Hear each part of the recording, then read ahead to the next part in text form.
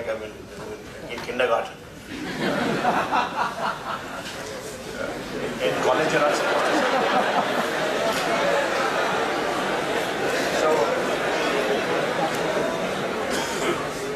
So thanks very much. First of all, a very, very grateful set of thanks to KLE Tech, BVV, to Professor Shettar, Professor Kulkarni, everybody else who's invited me, to Mahesh, CTIE, and of course wonderful to see Pawan here. I had the great pleasure of meeting him some years ago, right? Great. So very, very nice to be here. So what I'm going to do is very quickly run through some of the lessons. Normally this session that I take lasts for about 4 hours. So we have 1 hour, so don't worry, it'll get over soon. And I will probably take about 35-40 minutes and run through it. And I want this to be an interactive session because normally I find that the greatest learning happens only through conversation and discussion. Because I'm not the repository of all wisdom. And I don't want to stand here and keep saying all the things, assuming that I have all the wisdom. I don't. So it'd be wonderful if we can have an interactive session, right? Is that okay? Are the rules understood? Great. There's an old saying, those who can, they do. Those who can't, they teach. And after following from Pawan, you know which category I am in. So you must actually celebrate people like Pawan, right? And make sure that we have a lot more Pawans emerging from campuses like this. So thank you, sir, very much. It was very, very heartening to hear that. And somebody been very deeply involved with trying to create this kind of infrastructure, the soft infrastructure in India. It's wonderful to see, all this great initiative that's underway. So what I'm going to do now is walk you through some of the lessons that I've learned. Okay? It doesn't mean that you don't know it. It's just that I've learned this, right? And given that I'm standing here, I have the luxury of trying to share it with you. Okay. Do you know who is the world's largest cab company? Ola. Uber. Okay. Largest hotel? Quick. Airbnb. Largest camera company? I can't make out, so I pretend I don't know. Right? So what's common to all of these? They don't own anything of their own. Right. None of them owns anything, right? Yes. And all of that is because of technology. I don't need to own physical assets. Intellectual capital is between my ears. I don't need to physically own anything, right? In old economics, it used to be land, labor, capital, organization were the factors of production. In the knowledge economy, a factor of production is here, like Pawan has shown, right? It's your knowledge. Problem plus knowledge equals solution, right? If you don't have that knowledge, and knowledge is not a physical asset. Physical asset is just an enabling function. It's not the critical path function, right? So you need to understand that, and therefore, nothing is impossible. It's all here in your head. All the constraints, all the possibilities, all the answers are actually within us. We don't know what question to ask, or we are afraid of the answer that we might get, right? That's the reason. First lesson, experience, observe, right? I was a very early person involved with Redbus, right from 2006 till the time they had an exit in 2013. Do you know how they started? What was that one thing that said, you know what? We need to build this solution. Funny, who was the CEO, was wanting to go home for Deepavali. So he went to buy bus tickets. And he found it was a nightmare. You have to go to agent after agent after agent. Every agent would pick up the phone and call multiple operators of buses to find out if tickets were available. They would say, not available, can you wait? It was a mess. And it was Deepavali, so there was huge chaos. So he said, there has to be a simpler way of doing this. And what's the simpler way? Just build a damn website, right? And that's what he did. And that's what led to the creation of Redbus. And phenomenal amount of insight emerged from it. Today, it's a 2,500 crore company. In the month of December alone, every day, they were selling on average 1 lakh tickets per day. On the 22nd of December, they sold 1,75,000 tickets in one day, right? So just imagine the size, imagine the scale, okay? And it's all here in your head. Naukri, do you know how Sanjeev started Naukri? Used to hang out in office, and those days you would get magazines, and everybody would read magazines like Business India, etc., not from the front, they would read it from the back. Even today, I'm sure many of you do that. Do you know why? Because all the job ads are at the back. So then he said, my God, everybody's reading magazines on the back. They're looking for jobs. There must be a better, faster, easier way to do this. And these were the early days of the internet. I'm talking now of 1995, 96, right? The BSNL was just about beginning to happen. And the internet was very, very young in India. So Sanjay would actually cut out these pages, scan it, and put it up as a page. That is how Naukri began. So, if you look at both of these two things, what is important is it is experience. I have experienced the problem myself, which is Red Bus. I've observed a problem from up close. And then I've understood, okay, hey, this is how people use these things. And therefore, there is an opportunity, right? So one is very close experience, second is observation. Learn to learn. See, in our kinds of cultures and countries, we are just told what to learn. The freedom of the mind must be encouraged, right? You should know what to unlearn. You should know what to learn. And the biggest block is always in our heads. We don't allow new ideas to come in. So for that, we must know how to learn. We must know to learn to learn. And there is no age to this. You can keep learning all your life and you still would have learned nothing. The greatest wisdom is from those who know how much they don't know. Right? The arrogance of ignorance is what gets us. I think I know, so whatever you tell me, I will block out. Because what do you know? Right? That's the arrogance of ignorance. The more I know how much I don't know. Therefore, I become humble. Like Professor Shettar used that word humble several times. You understand? That is what you must learn to appreciate. Knowing what you don't know and therefore being open to change. Embrace uncertainty, possibilities versus constraints. If I ask all of you here, how many of you have climbed Everest? Anybody in this room here? No? Why haven't you climbed Everest? So you'll give me all the answers. Why aren't, Mount Everest. I've never climbed more than one floor. I can't stand the cold. I'm born in Hubli. Anything less than 30 degrees, I'm dead. Right? I have vertigo. I'm not fit. I can't walk more than 50 feet before panting.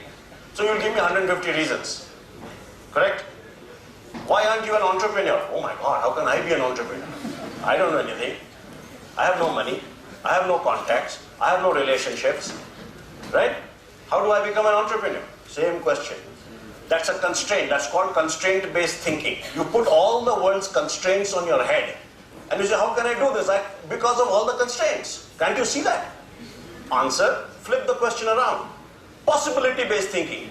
Is it possible for you to climb Mount Everest? Is it possible? Now you see how, if it is possible, it's doable. What will make the possibility into a fact? If I say, hey, you know what, 24 months from now, all of you are going to climb Everest. Is it possible? What will you have to do? Prepare. How will you prepare? You'll be physically fit. You'll read up about it. You'll understand the geography, the topology using that Kinect 3D mapping topology you had outside, right? You'll understand that. You'll talk to people who've climbed. You'll figure out what kind of clothing I need, what kind of material I need, right? Where do I go? Where's the base camp? At what height? Etc., etc., etc. So you prepare. So you get to meet people. So it's networking. You understand the lay of the land, which is market. No different than what an entrepreneur would do. Now you understand? Learn to ask the right question. Challenge yourself. And be prepared to unlearn and learn new things. Speed. The only real competitive advantage every company has is speed. There'll always be somebody who knows more than you. There'll always be somebody who has more money than you. There's always somebody who's got more talent, right? A better brand, has more geographic access, everything. The single greatest advantage you always have is speed, because speed kills competition. What you can do in half a day, somebody, a big company, will take 6 months. Because they'll set up a committee will give a report will, then they'll meet after 2 weeks, all of those things happen. You don't care. Fail fast. If you move fast, you will also fail fast. And that's a great advantage, because now you know what does not work. Rather than wait for 6 months to find out something is not working, in half a day you know this is not working. Now there are 50 other things I can do in the next 5 days, which otherwise would have taken you 5 years. You understand? So learn the importance, whatever it is, learn to move like lightning. Don't worry about failure. Failure is par for the course. Out of every 100 people who want to pursue entrepreneurship, 1 or 2 actually become entrepreneurs. The rest are what are called entrepreneurs. They want to be, but kind of careful. Right? So 1 to 2 become entrepreneurs. So therefore, if you understand probability, you're only competing with just 1 or 2 people, right? So your competition is already limited by the fact that only 1 or 2 people are going to be entrepreneurs anyway. So why not you become the third and improve your own odds, right? Rather than compete with the 98 who are going to be in the corporate rat race. You understand? So learn to think like that. It's all here in your head.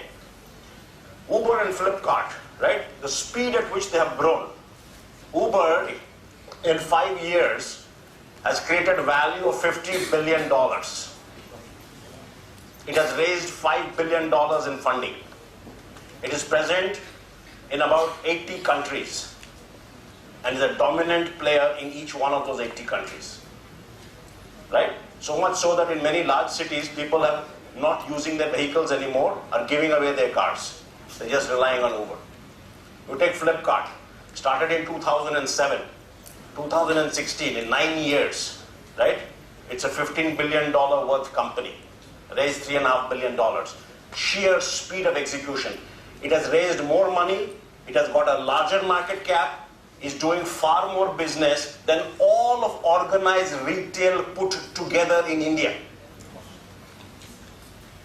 Sachin is 32 years old. Speed. Understand this is very, very crucial. If all that you have in your hand is a hammer, everything appears to be a nail, right? Isn't it? Like he said, in my head I only had computer graphics. So whatever I saw I was seeing only graphics. Right? So the important thing is, if you go to a customer and you're in the business of making drills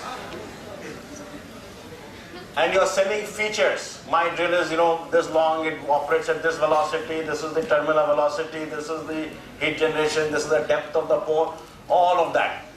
Customer says, boss, don't bore me, man, I'm not interested in that. I just want to make a hole in the wall. Correct? So what is the benefit? The benefit is the hole in the wall. You are selling a feature. I am better, faster because I go at this speed, my height is this, I don't care. What will you do for me is what you should be selling to me.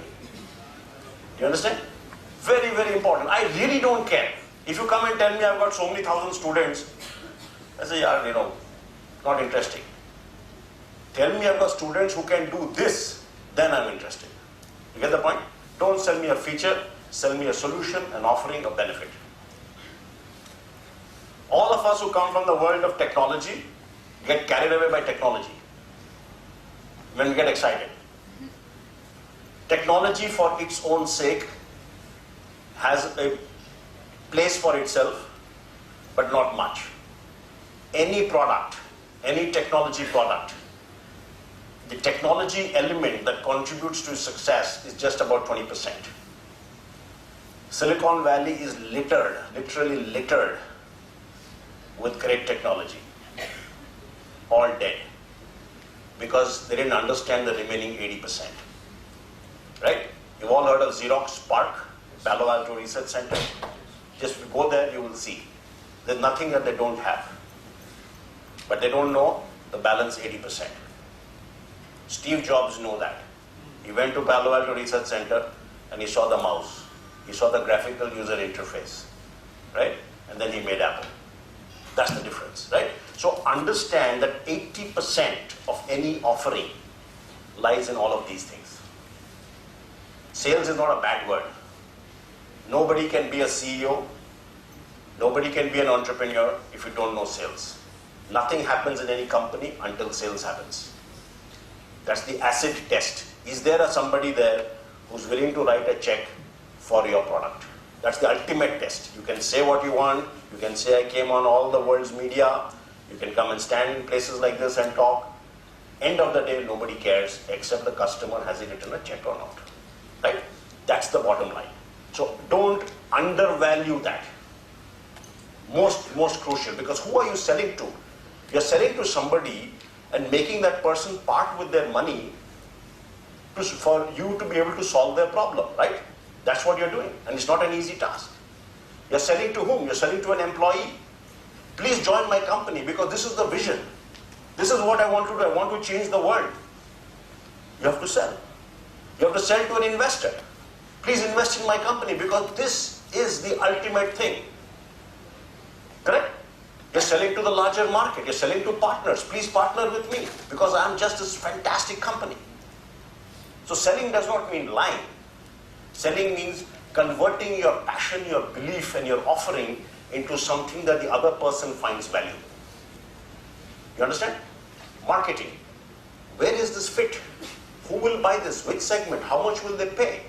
Why should they pay? Have you answered that question? Because you exist. It is not my problem to make you successful. You have to make me believe that I win if you are successful. That is marketing. Right? Product design, packaging, every single element. I learned this the hard way. In 1991, I went to Bahrain. I used to work for a company called Wipro. Wipro used to make its own computers. So I had appointed a distributor there, and we had sent this Wipro packaged box to the guy. He called me, and I got my first lesson. This was like 25 years back. And he said, man, who on earth is going to buy your product? I said, why? It's a fantastic product. It's got this feature, that feature, all that, right? He said, just look at your packaging. It looks like something that the Radiwala also doesn't want to pick up. Right? Brown cardboard torn with some jute string tied, it looks like really bad. So he says, understand one thing. One of the great joys of buying something lies in the joy of unpacking it. Is it not?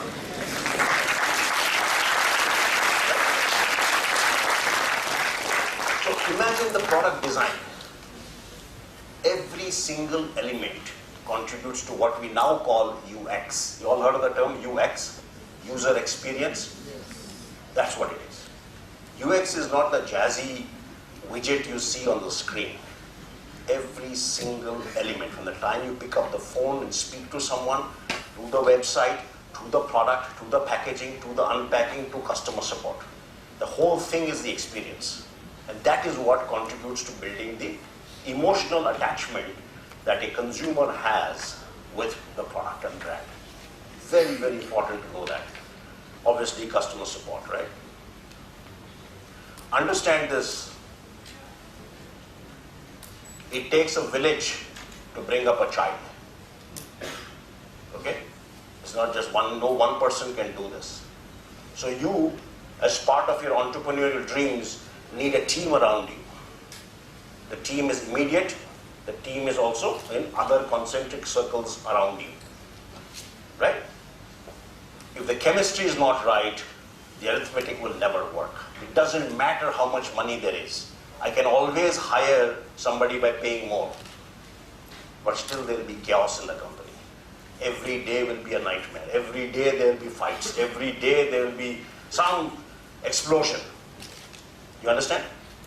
So understand this very, very deeply. There has to be a connection, there has to be a resonance between the team players.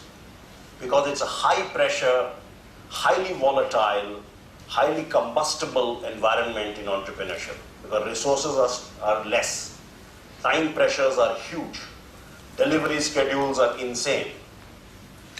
So you want people who you can trust and to know that they will do whatever it takes to make something happen. You want somebody who's sitting next to you in the trenches as the war is happening, not somebody who's sitting back, going home, watching it on TV and saying, you know what, why don't you do that? Right? All of us can do that. Right? So you don't want a situation where there are only generals. Right? All of us think we are great generals. You also want people who roll up the sleeves and jump in. Right? Very, very important. Please internalize this. And this is holds true. So whatever I'm saying, these 10 lessons hold true not just in the world of entrepreneurship. They hold true for life. Every single, because life in many ways is an entrepreneurial journey, because the journey happens here. Timing is everything, as in life, right? How many of us said, shit, if only I had made that application? If only I had done that. Is it not? Life is full of ifs, ands, and buts. Okay? So understand the importance of timing. And it's so easy for us to say, you know what? That guy won because, he caught it at the right time. Yeah? He didn't catch it at the right time. He was smart enough to figure out it was the right time. Right? So take that ownership within yourself. Learn to fill in the blanks. I failed because I screwed up. It's easy to externalize everything and blame everybody. And that's a normal human tendency. I failed because no, that guy knows that guy who was the president of that organization. That guy knows this. This guy has more money. This guy looks more handsome. This guy does this. We can come up with all the reasons. All of them are false. The only truth is, I did not spot it. I did not take advantage of it, which is time. Luck is what there's luck, right? We always talk of luck. My luck is like this, man. Easy, right? You have outsourced responsibility by blaming it on luck. Right? Luck is what happens when opportunity meets preparation. If you're really prepared, you will know it's an opportunity. A lot of people have said, he was lucky, he got money from Mr. Ratan Tata. He was sitting on the plane next to him. He was traveling all the way from Bangalore to Mumbai, 1.5 hours. Mr. Tata had nowhere else to go. He heard this guy. And he told him to come and meet him. And then next thing he knows, he got money from Mr. Ratan Tata. Yeah, but Mr. Ratan Tata has been traveling for 55 years. A lot of people have sat next to him. Right? And a lot of people have talked to him. Suddenly what made him wake up and say, good God, he's the guy, I'm just keen to put money into you. What made that happen? We never ask that question. We will outsource the blame to somebody else. Right? So timing is crucial. What does timing tell you? The ability to spot the opportunity at the right time. You've heard of Fab Mall? How many of you heard of Fab Mall? It was India's first online portal, e-commerce portal, 1999. Okay? It was selling books, groceries, CDs, all of that. It was too early. So you can't say, I failed because the market was not ready. Yeah, but how the hell did you get into that market when the market was not ready? Right? You can't say, no, I tried selling refrigerators in the poorest villages of India. The market problem there. Right? You can't outsource that. If you look at all of this, right, in 2013 they were acquired. I mean, they were by a company called Infibeam, and then Infibeam sort of absorbed them and moved on. So understand the value of timing. So figure out where is the market, who's going to buy, can they buy, will they buy, and then therefore can I build a great business, right? This is one of the great lessons of all time. Any entrepreneur I've met, right, we ask him, who's your competition? I have no competition, I'm unique. Right? Nobody competes with me. I don't compete with anybody. Moment you hear that, there are only two conclusions. Either there is no market, or you don't want to hang out with this entrepreneur. It's usually the latter. Okay? This is a great, great example. And I would encourage all of you in this room, lay your hands on a wonderful article written by Professor Ted Levitt, okay, called Marketing Myopia. From Harvard Business School, it's a legend. 1955, I think it was written. Okay? Absolutely outstanding. This is called the great horse manure problem, right? And it's real. At the turn of the century, right, after the period of the Industrial Revolution, the end of the 1800s, beginning of the 1900s, New York and London were overflowing with immigrants. All business was happening in the big city. City was collapsing. There was no transportation. Only transportation was horse-drawn carriages. Right? Everybody had a horse. Everybody was being, all goods and were being towed by horse-drawn carriages. And horses, as we know, like many people here in India, don't prefer going to a bathroom. So what did they do? Open defecation. So horse manure started piling up on the streets. And the weather in those cities is such that it's cold, it's wet, it's snowing, it's raining. So it was a mess, right? And as you can see, so the city officials were paranoid. They says, my God, this whole city is going to collapse. The smell, the dirt and slush is impossible. So what do we do? Nobody recognized that something called an automobile was emerging. In exactly 10 years, horses were off the roads, automobiles emerged. Right? So if I told myself that I have no competition, if I am the owner of a horse-drawn goods service, who's your competition? I'll say the other horse-drawn carriage. Right? Because I'm competing with that guy who's down the road. But if I told myself, you know what, I'm in the goods transportation business, who am I competing with? Anybody who's also transporting goods. It doesn't matter whether you're using a horse or a camel. It doesn't matter. Right? So the way in which I look at the problem will change, and then I'll say, my God, automobiles are coming. And they will be able to transport things faster, better, cheaper, and a lot more of them per unit time, right? And then that's the impact on your business. The same thing happened with all the camera wallas. They didn't see the phone emerge with a built-in camera. There was a great company once upon a time called Kodak. Disappeared. Right? That's the power and magic of technology. There is nobody who cannot be kicked out. There's a guy called Joseph Schumpeter. You heard of him? Anyone here? Joseph Schumpeter is a great economist from the Austrian school. He's the creator of a term called creative destruction. The first guy to give an intellectual framework and economic theory behind entrepreneurship. The creative destruction that entrepreneurs unleash. They bring down old companies and create new industries.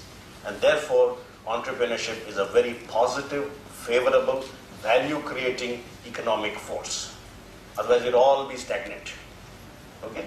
So, go to the net, look up Joseph Schumpeter, read a few of his articles. So, bottom line here, there's nothing called there is no competition. There are substitute products, there are competing products that are coming from the side that you have to keep your eyes and ears and mind open to. Understand the importance of a product market fit. Do you know the product on the left? What is that? That's called the Segway. Built by a guy called Dean Kamen, one of the greatest inventors of the modern era. So Dean Kamen built this, raised a lot of money from absolutely top-notch investors in Silicon Valley to the personal transportation vehicle. Entirely operates, it's got a gyroscope built in, it's got a balancer, it's got every possible thing you can imagine. You'll never fall off that. It can navigate any kind of terrain, all of it. Absolutely dazzling technology. Question, who would use it? No market. So then they said, you know what, maybe the postman will use it. Going on the roads, right? No postman got around to using it. Said, my God, who's going to use this? Because the nature of the road in a small town, right, with all the potholes and all of that, was a chaos. Now you take Hotmail. You heard of Hotmail? Yes. Do you know how it got its name? That's a quick trivia question. HTML, exactly. HTML mail became Hotmail. So there's no other meaning to the term, okay? So Hotmail was the first web-based email system, right? Look at the timing. Internet was just happening. Everyone in America was used to email. But everybody was scared because you had only your office email ID. So I could not look for a job. Right? So how do I use a different name and a different domain name so that nobody would track who I am and yet communicate anonymously and peacefully and achieve my objectives? Right? And nobody has access to my mail, which is kept on a different server, not the office server. That was the environment. Right? Boom, it just took off like a rocket. Right? The virality was built in because of various other things, but fundamentally the need of the product was the sheer time. What's the difference, right? Between a corner store guy who's selling you chaat and vada pav, right, and a nationwide chain of restaurants. It's only in the scale. How large is your mind? How large is your imagination? Okay? The same guy is selling bus tickets as an agent. Not once has he thought, I'm the biggest agent on this road. How do I become the biggest agent in Hubli? How do I become the biggest agent in North Karnataka? How do I become the biggest in Karnataka? Then in South India, then in India? That has never occurred to him because he's thinking in terms of constraints. How can I do it? I don't understand technology. I don't have money. I don't have people, right? Same things. Whereas these guys came along and said, you know what, I want to solve the problem of bus ticketing in India. See how if you frame the question differently, the solution itself becomes apparent, right? And every single business that you do, you must think in terms of scale. The problem of India has always been our immense ability and unique ability to think small. Right? We'll build a road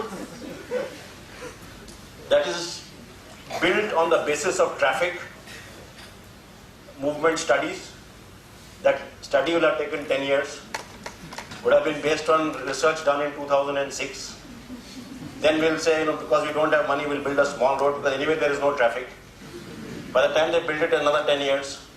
So in 2026, the road is built 15 feet wide.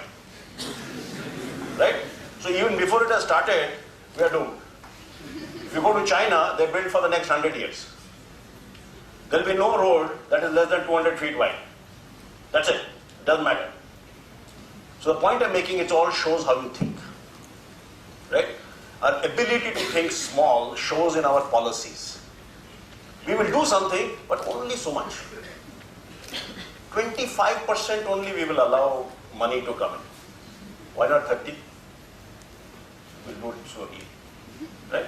Observe, right, in your own lives, our ability to think small will be evident. Okay? Your vision must be big, your dream must be big. Because there are no constraints to dreaming. The steps that you take can be small. You understand? There's a big difference. The only real constraint that you have is in your imagination and in your willpower. Everything else is not a constraint. Japan has no natural resources. It is one of the world's largest producers of steel. Do you know that? How? Because of the ability to convert their knowledge and convert raw material iron which India exports to them in great numbers. and produce the world's best steel. Right? It's all here. That's the single point if I were to leave you with today, it is that. There is nothing called a problem. If you believe you can solve it, it is solvable. This is the last slide, and I want to leave you with this. Like I said before, right? Your constraints are in your imagination and in your willpower. You are what your deep driving desire is. In the earlier two talks that we had, Professor Shettar and from Pawan, passion. The burning desire to make this the hotbed of innovation in this part of the country. Right? What is it? It didn't happen just like that, right? You didn't get up in the morning, read Times of India and said, okay, quote of the day and start. No, it comes from within. You are what your deep driving desire is. What is your desire, so is your will. As is your will, so is your action. As is your action, so is your destiny. In other words, it's in your hands. Don't outsource responsibility. Take charge. It's your life. It's your willpower. It's your imagination.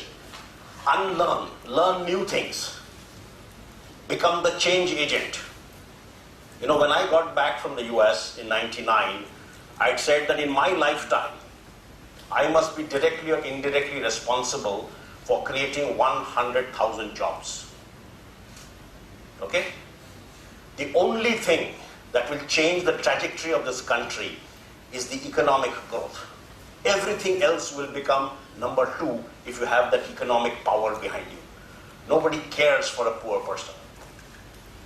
Deng Xiaoping, the head of China in 1979, recognized this.